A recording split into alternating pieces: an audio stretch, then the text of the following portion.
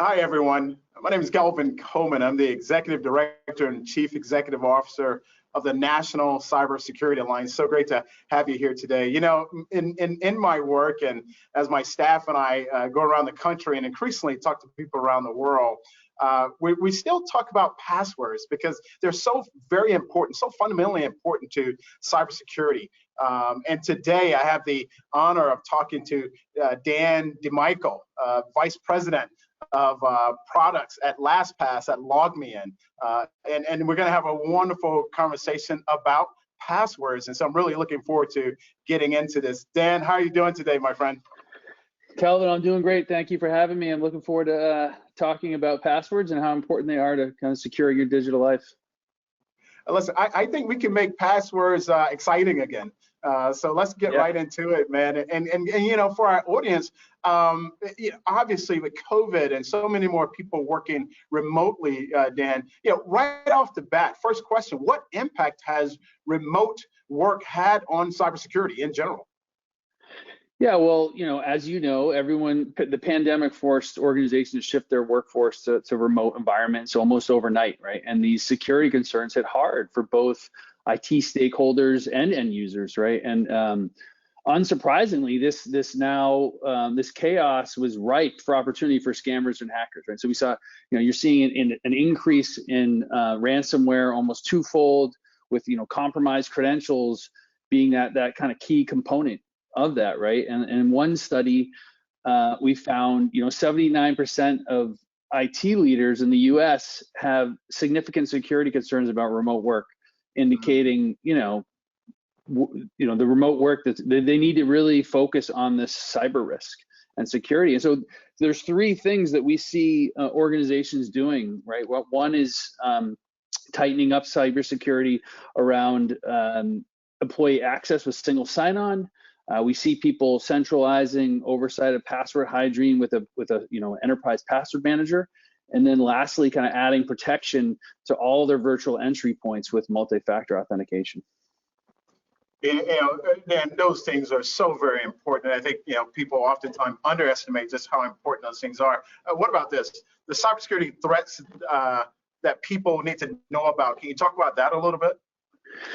Yeah, I mean, we've seen a spike in malware and hacking across the board, right? But, you know, a lot of those increasing numbers we see, particularly around phishing attempts or password spraying, or you know, spear phishing attacks. So all of those we've seen on the increase. We've also seen, you know, users are 3 times more likely to click in work on pandemic-related phishing schemes. So that's obviously kind of a really large increase. Another study we saw was 47% of the people working in the tech industry said that they've clicked on a phishing email at work. So, you know, these things are real. Like, people are targeting not just your personal your system or when you're at home, but also kind of when you're at work. So creating strong passwords is very important to this, right? Because there's increasing number of password cracking programs out there now,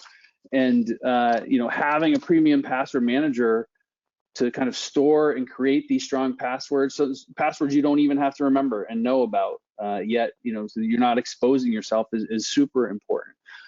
The other thing we've seen is an increase of data being pushed out into the dark web, you know, and a lot of people don't even know what that dark web is, but think about think about people breaching a company of yours, like a credit card company or something, and taking your username and passwords, and then those bad actors are posting that information out on the dark web, and then those people are taking those credentials and trying to, like, brute force log into, well, it could be your banking system or your credit card, and this is how breaches are happening. This is how identity theft is happening. And so knowing, you know, having a system that's monitoring awareness on that dark web if your credentials are being compromised is very important.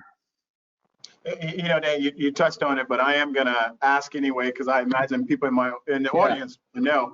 Password security, still a very important topic today. Why is that? Why is password security still such an important topic?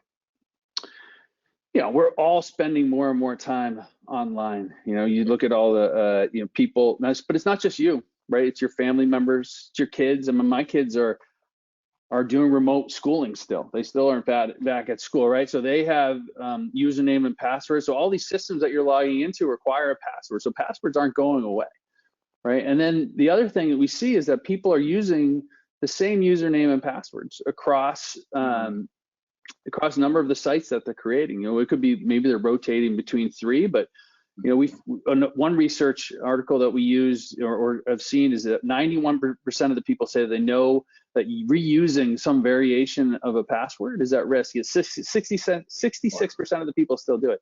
And wow, you know, that's where a password manager comes into play, which is like, you know, being able to create those unique individual passwords, store them away in a very secure way, and not have to remember them, autofill those passwords when you go. Like I mentioned, like I have 300 sites saved in my password manager, and I think I don't know 90% of those passwords, you know, and which I guess is a good or bad thing, but you know, it's important because, and the other thing that, you know, if you think about it, I don't know about you, but my kids, like my son needs my Xbox or my Microsoft Live username and password. My kids want the Netflix account. So sharing those passwords is very important, right? To kind of how you, you know, and doing that in a secure way. You're not going to like write it down for them, or, you know, texting them is probably a bad idea too. So having a password manager to kind of secure those things is really important.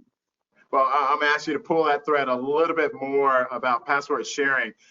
Dan, has password sharing become more of a security risk? I mean, password sharing's always been an issue.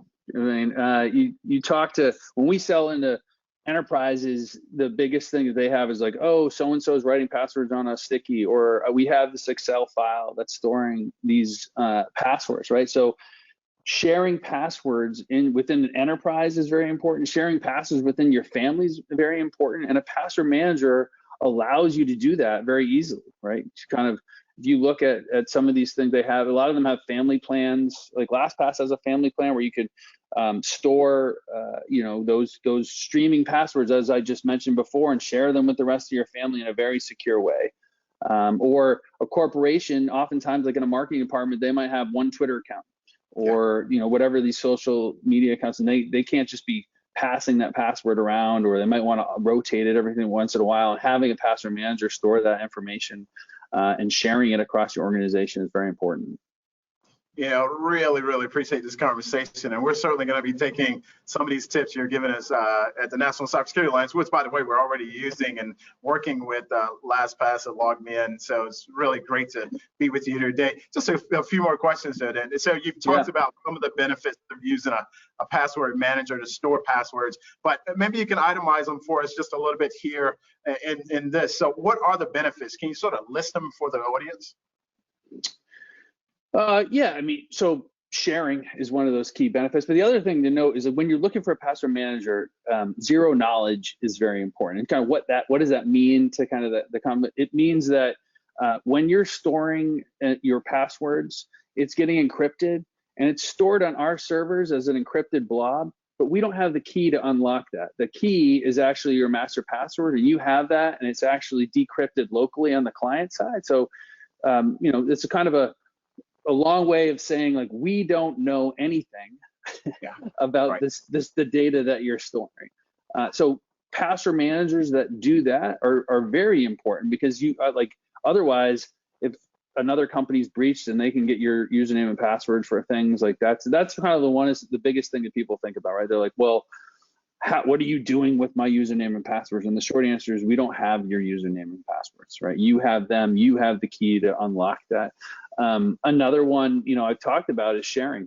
Yeah, that's a big part of being able to do that. And like, there are some browsers, while you know, it's great that they're helping to step up and improve password security sometimes in autofill situations. You can't share those passwords in a secure way with members of your family.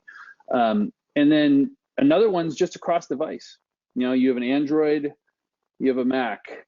Being able to go between the different devices and be device agnostic, I think, is another big reason why you'd want a password manager to kind of generate those passwords in a secure way, and like I said, just kind of store them in an encrypted secure way. Yeah, absolutely, man. I really appreciate all of that. We're going to give them one more push, though, right here, and one more, one more piece of evidence, if you will. So, last question for the people who are on the fence about using a password manager, right? Why should they use one? You talked about sharing and certainly the benefits of it. I get it, but maybe one final thing here that people can consider before we sign off. Yeah, I mean, I think for me, the biggest thing that changed my life personally, and as a, obviously I'm a big LastPass user, but the thing that changed me personally is like, I was sharing all of my, I had the same username and password like across all these different sites. And, these password managers help you identify which ones you're commonly using. But the biggest thing was once I started generating those unique passwords, and it became like such a common way for me to live my life. I think that was the biggest change, and why I feel like people should do this. Like, it's just a secure way to keep things off of the dark web, and to that point, dark web monitoring is very very important as more and more bad actors are storing things. But the other thing I forgot to mention and didn't touch on, though, is it's not just passwords. Store information outside of your password. So like if you take a look at a good password manager, like I store my medical ID cards, I store my passport information, I store my license, I store secure notes that I have, right? And all of those things are encrypted and secure for me, and as well as I can share those things with my family members too. So like all of those are really good reasons. And a lot of, LastPass has a free option, a fantastic free option. You can check it out. There's also premium features that go along with that. But that people should try it for themselves and see if it's something that works for them.